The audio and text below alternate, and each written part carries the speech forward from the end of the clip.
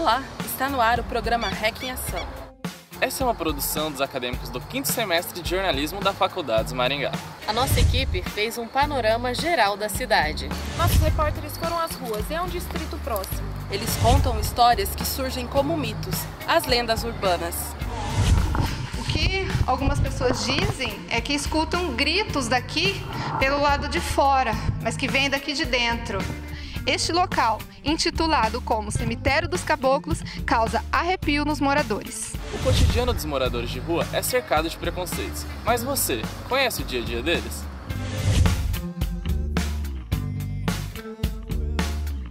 Seu nome é como? Carlinhos. Carlinhos, vê essa câmera aí, por favor. Não, a gente não vai, ó. A gente vai desfocar tudo. Depois da morte da minha mãe, eu saí pra rua de 2005 pra cá. Nós estivemos no município de Água Boa e lá nós mostramos que os moradores desfrutam de uma água que vale ouro. A água encontrada em Água Boa, distrito de Paissandu, no norte do Paraná, é diferente.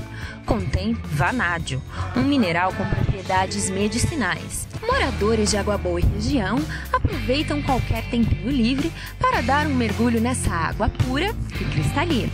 A cidade possui vários tipos de grupos, são as chamadas tribos urbanas. Eles se vestem com roupas largas, bermudões, tênis, bonés, usam algumas tatuagens, andam sempre em grupos e adoram aventuras radicais.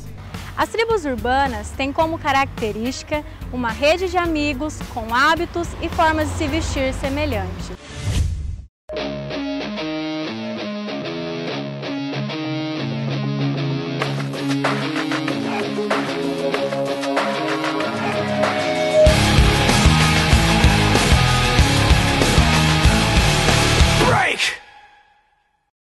Os cemitérios, assim como as cidades, são carregados de histórias misteriosas. São as lendas urbanas. As repórteres Gabriela Cadamuro e Meliane Dabas foram desvendá-las para nós. Acompanhem. Licença, meninas. Vocês conhecem alguma lenda urbana? Bom, eu conheço. Bom, eu acho que é uma lenda urbana. Aquela da Xuxa que ela fez pacto com o diabo, sabe? Ah, sim. E você conhece alguma? Conheço da loira do banheiro. Ah, sim. E você, conhece alguma lenda urbana?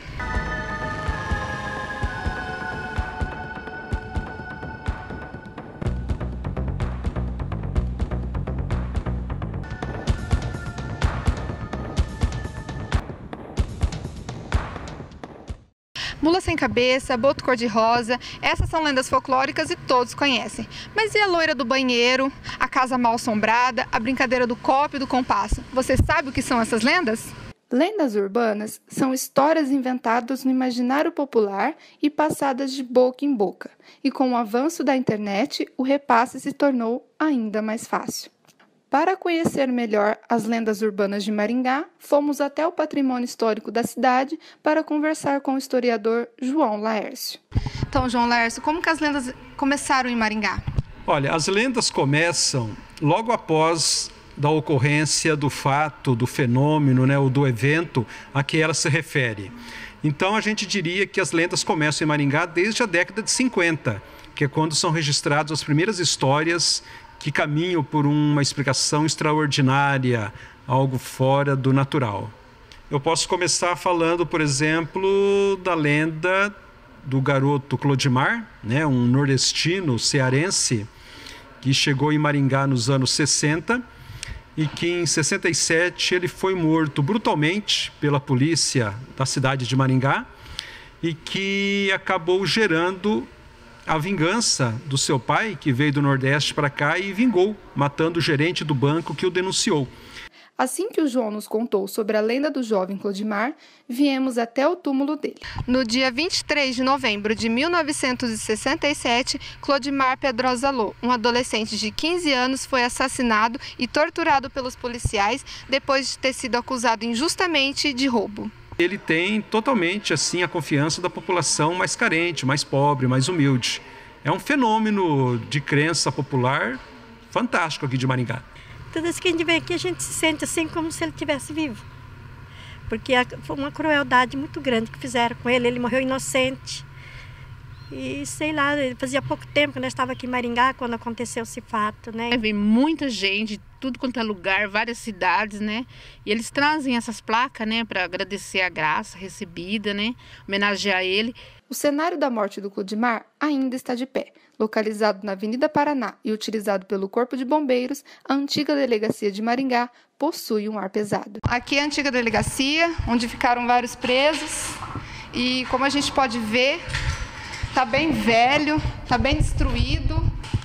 Bom, o que algumas pessoas dizem é que escutam gritos daqui pelo lado de fora, mas que vêm daqui de dentro. Bom, isso é lenda, né? O tenente até disse que quer demolir isso aqui, né? Esse prédio será demolido, será mantido alguma características que lembre o que foi isso aí no passado, mas o prédio será demolido e dando lugar a uma moderna construção para o atendimento do bombeiro de Maringá. Mas não é só em Maringá que as lendas existem. A cidade de Paysandu, que fica a 10 quilômetros de Maringá e possui cerca de 40 mil habitantes, também tem sua lenda. Este local, intitulado como Cemitério dos Caboclos, causa arrepio nos moradores. O porquê? É isso que você vai ver agora. O Cemitério dos Caboclos, ele é um fenômeno que se registra desde a década de 40, bem no início da colonização de Maringá. Os caboclos eram povos que habitavam aquela região que fica ali entre Floriano e Paysandu, naquela área, e eles eram uma mistura de índios com brancos. Eles são anteriores aos pioneiros, aqueles que compraram terras da Companhia de Terras do Norte do Paraná, que é a empresa que colonizou Maringá. Então, esses caboclos já estavam aqui pelo menos uns 20 anos antes, né? E eles tinham um cemitério, onde eles enterravam os seus pares, os seus, digamos assim, parentes, pessoas ligadas à comunidade cabocla. Então, aquela é uma região também muito povoada por histórias, por aparições. Alguns dizem que vê assombrações, que vê algumas coisas, digamos assim, fantasmas, ectoplasmas. Então, também é uma região cercada de histórias sobrenaturais.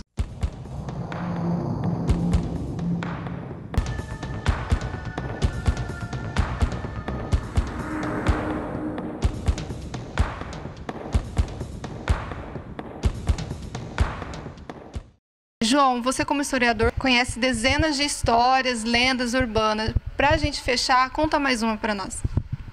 Olha, tem uma que é genial, que é um exorcismo que aconteceu lá no Guaiapó.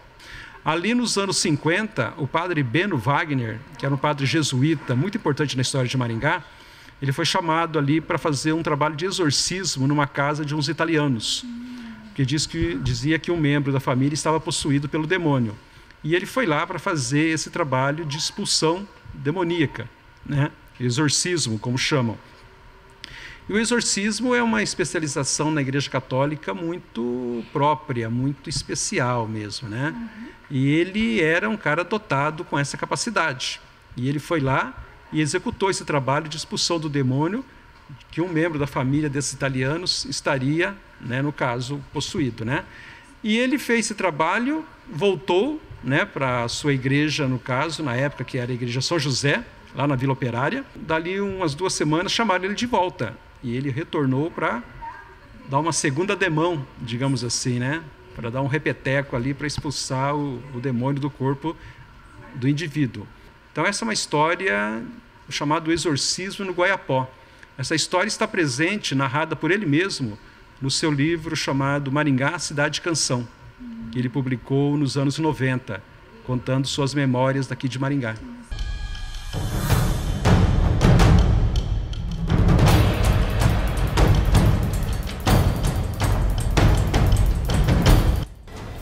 E você, acredita em lendas urbanas?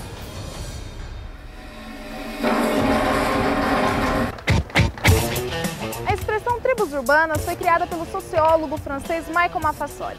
Ele define pessoas que compartilham do mesmo estilo de vida e valores culturais. A repórter Débora Arcanjo nos trouxe mais informações sobre essas tribos. Ao andar pelas cidades, é possível ver jovens vestidos de maneiras diferentes. Mas será apenas uma forma de se vestir ou uma expressão de rebeldia e personalidade? A construção da identidade é social e acontece durante toda a vida.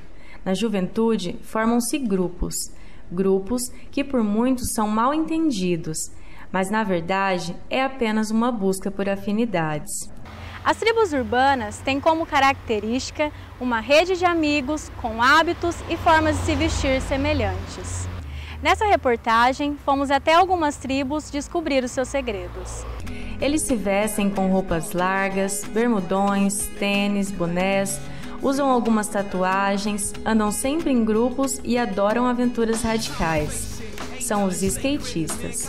O skate, para mim, foi um amor à primeira vista. Só que não é aquele amor à primeira vista como um homem olha para uma mulher. Porque o amor com a mulher um dia pode acabar, o skate não acaba, entendeu? Com o skate, fazem manobras criativas com baixos e altos graus de dificuldade.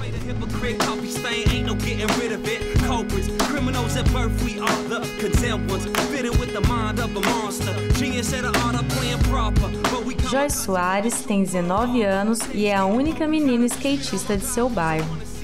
Eu comecei que eu ia na Vila Olímpica ver os meninos andar, eu só assistia eles andar. Aí um dia eu comprei um skate e comecei a andar. Já faz uns 4 anos que eu ando.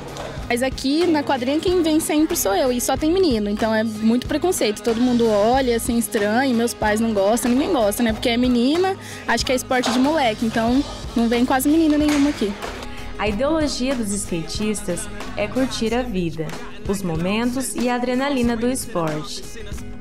O skate se tornou uma verdadeira prática esportiva e também uma das grandes tribos urbanas pós-modernas. O skate me deu uma liberdade e também me fez eu conhecer um pouco da independência intelectual, assim, né? Então o skate me trouxe uma experiência de vida que não tem nem como explicar em palavras.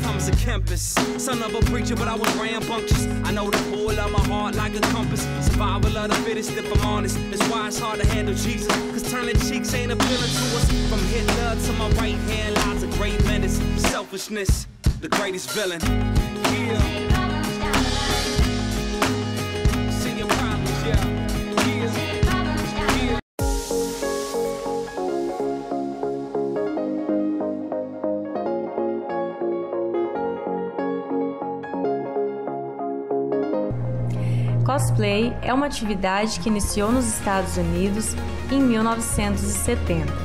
Consiste em se fantasiar a partir de personagens contidos em animes, mangás, videogames e filmes.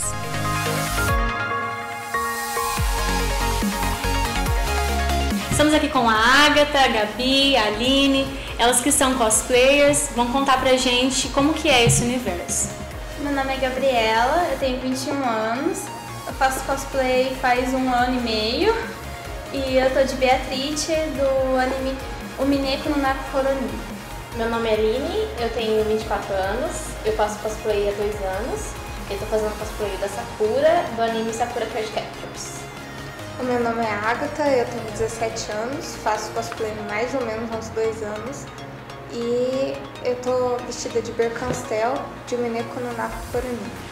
Lá no Japão eu não sei como é que é, né? A gente aqui, a gente só se veste pra evento, pra ir fazer photoshoot, alguma coisa assim, não é todo dia.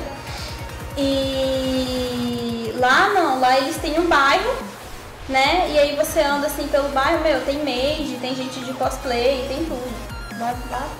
É assim, é um paraíso, pra quem gosta, tipo, tem que ir pra lá.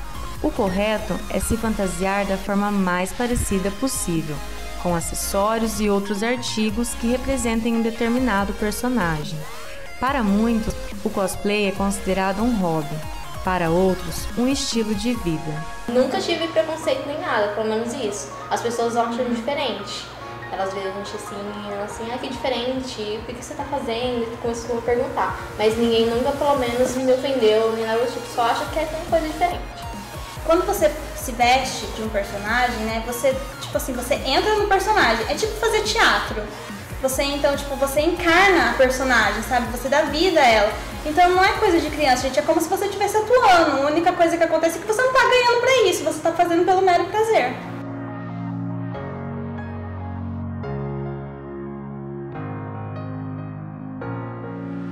Lolita é um estilo de moda alternativa. Surgiu no Japão em meados dos anos 80. As lolitas têm o visual composto por muitas rendas e laços. Assim, eu nunca me identifiquei muito com aquela moda normal, digamos assim. Eu pegava capricho, essas coisas eu não me identificava. Daí quando eu descobri a moda japonesa, a cultura japonesa, me identifiquei muito. Aí eu comecei a pesquisar e eu achei lolita. Quando eu descobri lolita, eu falei, nossa, que legal, né? Eu quero usar. Aí eu fui procurando como que eu comprava, como que eu montava uma roupa, onde que comprava, etc. E daí eu fui convencendo as outras pessoas. É difícil, tanto na parte econômica quanto na parte social. Porque o pessoal não está acostumado, né? Não é uma coisa assim que, tipo, que todo mundo, nossa, né? Tipo, é uma lolita, né? As pessoas não sabem ainda, não tem essa cultura, né? Então é meio complicado, sabe? Às vezes a gente sai na rua e o pessoal mexe e tal, então fica meio chato. Não que seja assim, né? Tipo, nossa, horrível, não consigo sair na rua e tal, mas é uma coisa que fica meio chata. Os ombros devem estar sempre cobertos.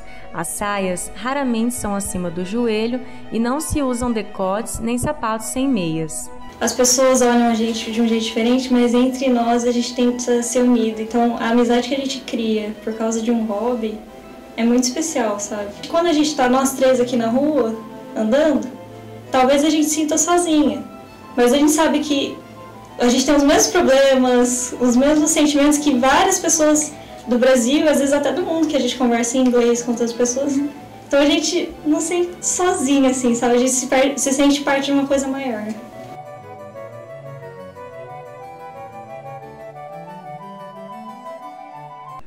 Conversamos com a Aline, que é psicóloga e pesquisadora social, para entender sobre a formação das tribos urbanas. Esses grupos eles têm muito a ver com os jovens e principalmente adolescentes. Os adolescentes buscam muito grupo nesse sentido devido à necessidade de pertencimento que todo ser humano tem, devido à necessidade de construção e reconstrução da identidade, que quando eles vão para esses grupos eles encontram uma determinada identidade e é também um meio de afeto social. Independente da forma que se vestem ou o estilo que escolheram, uma coisa todos têm em comum: a busca pela verdadeira identidade. E você, se identificou com alguma dessas tribos? Agora nós vamos para o intervalo e no próximo bloco vamos falar sobre o uso da água mineral até na lavagem de carros e sobre a vida dos moradores de rua aqui de Maringá.